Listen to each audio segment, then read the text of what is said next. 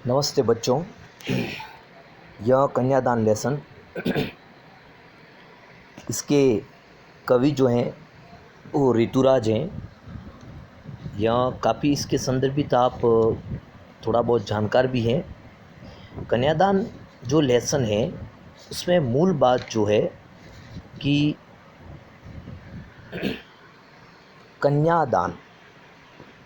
अब कन्यादान में एक बात ये है कि इसमें जो कन्या शब्द जो है उसका जो मूल अर्थ है, कन्या मतलब लड़की होता है। उस लड़की का दान करना, लड़की का दान मतलब जो विवाह होता है वह विवाह में अ, हर कोई अपनी बेटी का दान करते हैं। विवाह में बेटी का दान के रूप में उसे मानकर यहाँ पर चल रहे हैं। तो यहाँ पर विदाई के टाइम पर, विदाई के समय पर एक माँ है, वो अपनी, जैसे पिक्चर में बताया गया है इस प्रकार की, जो कि माँ है वो बेटी की विदाई में कितना दुख होता है उसे, क्या क्या परिस्थिति आती है, माँ क्या कंडीशन में रहती है, किस स्थिति में रहती है और माँ क्या क्या करती है उसके लिए, इसके लिए आपको यहाँ पर बताया जा रहा है। तो ये लड़की को दान करना ये यहाँ पर है, ठीक है। कन्या शब्द अपने यहाँ पर एक रूढ़ शब्द के रूप में चल रहा है कि भाई कन्या मतलब कौन सी कन्या, कि विवाह के समय पर उसे घर से बाहर जो मंडप में लाया जाता है वो कन्या नहीं होती है। कन्या मतलब यहाँ पर है लड़की है। तो इस बात का ध्यान दें।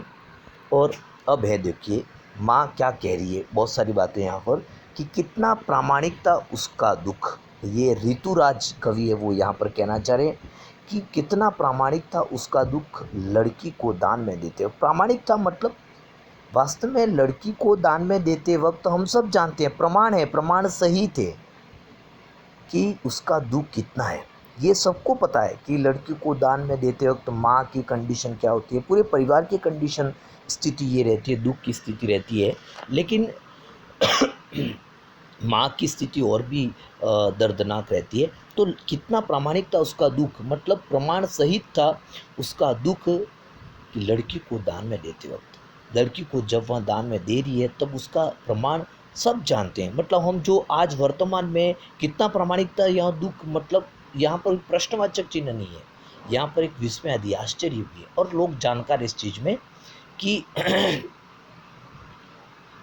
जिस प्रकार से हम सभी देखते हैं आज के वर्तमान में दुख कितना होता है, कैसे होता है, क्या कंडीशन रहती है, और पूर्व के समय में भी जानते थे। इसलिए सीधा इसने कह दिया कि कितना प्रामाणिक था, मतलब प्रमाण सहित था उसका दुख लड़की को दान में देते वक्त। ऐसी स्थिति हो गई थी जैसे उसकी वही अंतिम पूंजी, मतलब अब सब कुछ वही था, अब वो कुछ भी चला गया। जैसे कि व्यक्ति के पास एक ही चीज़ रह जाती है, अब उसके अलावा उसके पास कुछ भी नहीं रहता है उसके जीवन आधार के लिए, और वो भी चीज़ें यदि चली जाए तो व्यक्ति को कितना दुख होता है। बस वही उसी तरीके से यहाँ पर है कि उसकी अंतिम पूंजी मतलब अंतिम धन यही था। बस ऐसे मान करके वह उसको इतना दुख होता है, बहुत दुख होता है, ये यहाँ पर बताया गया है। उसका दुख तो सबको प्रमाण है, सबको पता है। दान में देते वक्त उसको ऐसी स्थिति थी कि जैसे कि उसकी यही कोई लास्ट अंतिम जो उसकी पूंजी हो। लड़की अभी सयानी नहीं थी, फिर कह रही कि लड़की अभी सयानी, मतलब शब्द का अर्थ है कि समझदार। इसमें सयानी शब्द का अर्थ है समझदार है। तो लड़की अभी सयानी मतलब समझदार नहीं है। विवाह उम्र के पहले लड़की इतनी ज़्यादा समझदार नहीं रहती है। मतलब समझदार किससे, अभी इतनी भोली और सरल थी, मतलब अभी इतनी भोली और सरल स्वभाव उसका कि उसे सुख का आभास तो होता है, दुख बांचना नहीं आता। अब उसे अभी सुख का आभास ही है, उसको दुख पढ़ना नहीं आता है। मतलब कहने का अर्थ है कि लड़की अभी सयानी नहीं है, लड़की अभी समझदार नहीं है। वो इतनी सरल और भोली है कि उसे सुख का ही आभास है, उसे दुख पढ़ना नहीं आता है। कहने का अर्थ ये है कि लड़की विवाह के पूर्व समझदार नहीं है। मतलब कहने का अर्थ यहाँ पर पागल है ये नहीं है कि पागल है, उसे कुछ पता ही नहीं चलता है, ना उसके बोलने का भान है, जैसे पागल लोग होते हैं वैसा नहीं है कहने का अर्थ। कहने का अर्थ है कि लड़की अभी सयानी नहीं है, मतलब समझदार नहीं है, मतलब उसे अनुभव नहीं है, ठीक है ना। तो कहने का अर्थ है कि विवाह के बाद की स्थितियों से वो परिचित नहीं है। विवाह के बाद संसार के जो भी समस्याएं आती है, संसार के जो सुख होते हैं, संसार के जो दुख होते हैं, संसार की जो गंभीर स्थितियां रहती है, उसमें कैसे लड़ना, संसार में कैसे व्यवहार करना, किस तरीके से हमें व्यवहार करना चाहिए, कैसे हमें किस तरीके से हमें बात बात पर ध्यान रखने की आवश्यकता है, उन सभी चीज़ों से लड़की समझदार नहीं है। ये स्थितियाँ वर्तमान में और पूर्व में भी यह स्थितियाँ हर घर घर में हैं। इसीलिए यहाँ पर ऋतुराज कवि है, वो कन्यादान के माध्यम से कहना चाह रहे हैं कि लड़की है वो पूर्व विवाह के पूर्व है, वो उतनी समझदार नहीं होती, मतलब पागल नहीं है। कहने का अर्थ है कि विवाह के बाद की स्थितियों से वह समझदार नहीं है, वह भली भांति जानती नहीं है। मतलब कहने का अर्थ यहाँ पर ये भी नहीं है कि विवाह के बाद मारपीट होती है, विवाह के बाद दुख ही दुख है, विवाह के बाद की स्थितियाँ तो गंभीर होती है, सास ससुर मारते हैं, पति मारते हैं, या संसार के लोग प्रताड़ना देते हैं, ऐसा ही नहीं है। कहने का अर्थ इसमें ये है कि किसी घरों में कुछ समस्याएं आती है, चाहे सास ससुर की तरफ से समस्या आती है, किसी घरों में पति की तरफ से समस्या आती है, किसी घरों में परिवार या कुटुंब की तरफ से समस्या आती है, किसी घरों में ये सब बढ़िया रहता है, सास ससुर बढ़िया रहते हैं, पति बढ़िया रहता है, या कुटुंब परिवार बढ़िया रहते हैं, लेकिन गांव में कुछ समस्या अलग रहती है, या समाज की समस्या अलग रहती है, समाज के लोग कुछ प्रताड़नाएँ करते हैं।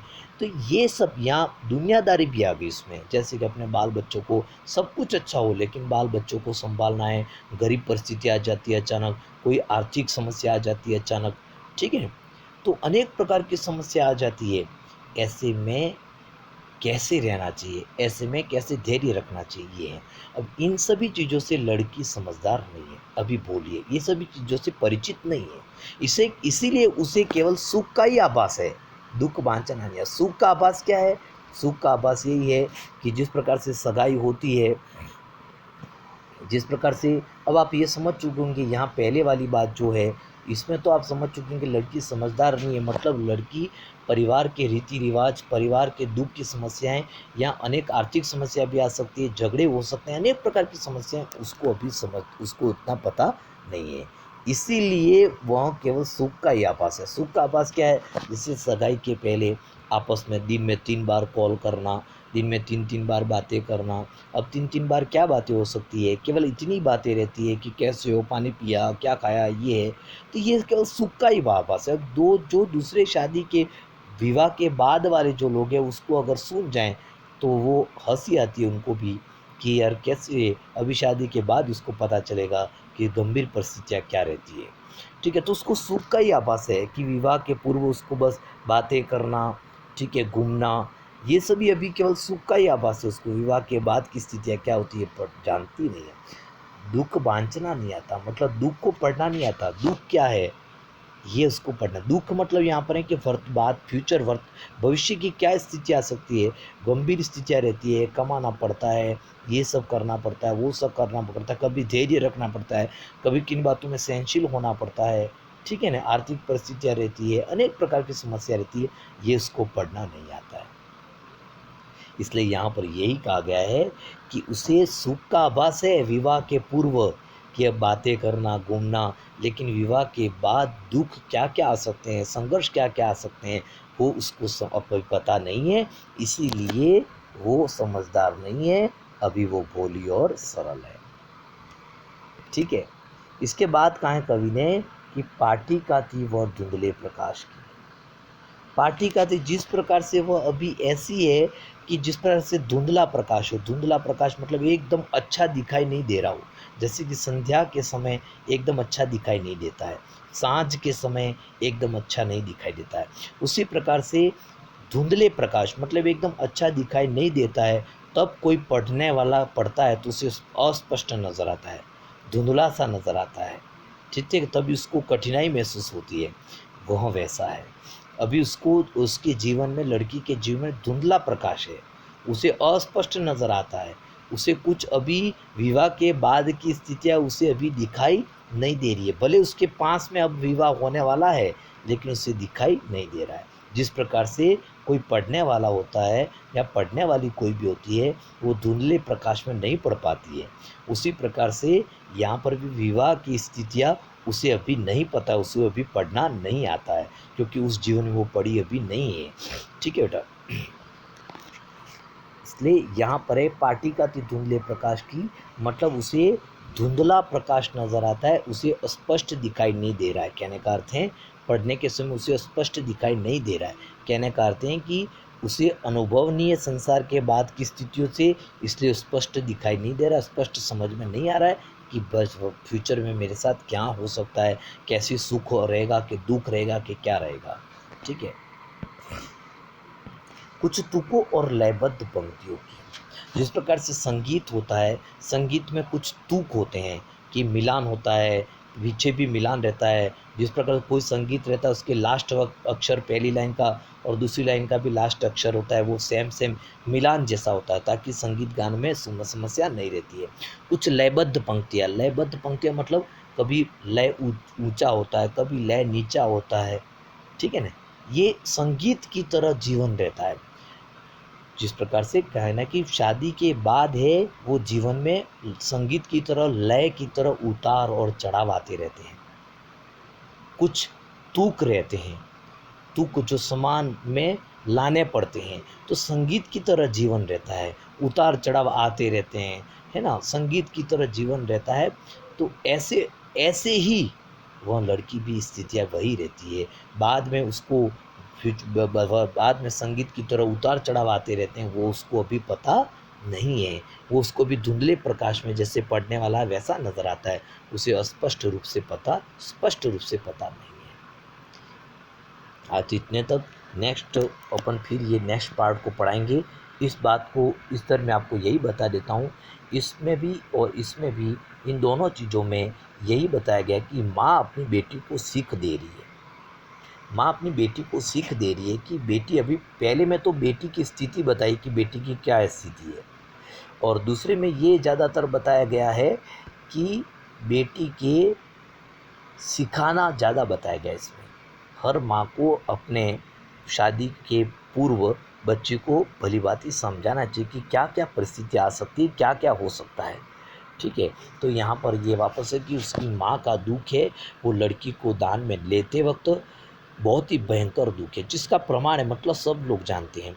जैसे उसकी अंतिम पूंजी हो, वही उसका धन हो, वैसे ऐसे इतना रो रही है, इतना दुख है। अब वो लड़की की स्थिति के बारे में कह रही है कि लड़की अभी समझदार नहीं है, भोली है, और उसे अभी केवल सुख का ही आभास है कि विवाह के पूर्व घूमना है, बातें करना है मोबाइल से, यही सब उसको अभी ध्यान में है। उसको विवाह के बाद की स्थिति पढ़ना नहीं आती है। जो विवाह के बाद दुख भी आते हैं, संकट भी आते हैं, उनको कैसे झेलना उसको अभी पता नहीं है। अभी तो उसको जीवन कैसा है, अभी उसके जीवन में धुंधले प्रकाश जैसा है। विवाह के पूर्व, विवाद के बाद की स्थिति उसे दिखाई नहीं दे रही, धुंधले प्रकाश में पढ़ने वालों को दिखाई नहीं देता है। उसी प्रकार से विवाह के बाद की स्थिति उसे भी पता नहीं है कि विवाह के बाद संगीत की तरह उतार चढ़ाव आते रहते हैं, लय की तरह उतार चढ़ाव आते रहते हैं, ये इसको भी पता नहीं है। इसलिए अभी इसको केवल सुख का ही आभास है, अभी इसको दुख का आभास नहीं है। इसलिए माँ अब नेक्स्ट में बताएगी कि क्या क्या कैसे कैसे रहना चाहिए। हर माँ को अपनी बेटी को विवाह के पूर्व, विवाह के बाद में आने वाली स्थिति उसको समझाना चाहिए। यही कन्यादान में कहने का चाह है। धन्यवाद।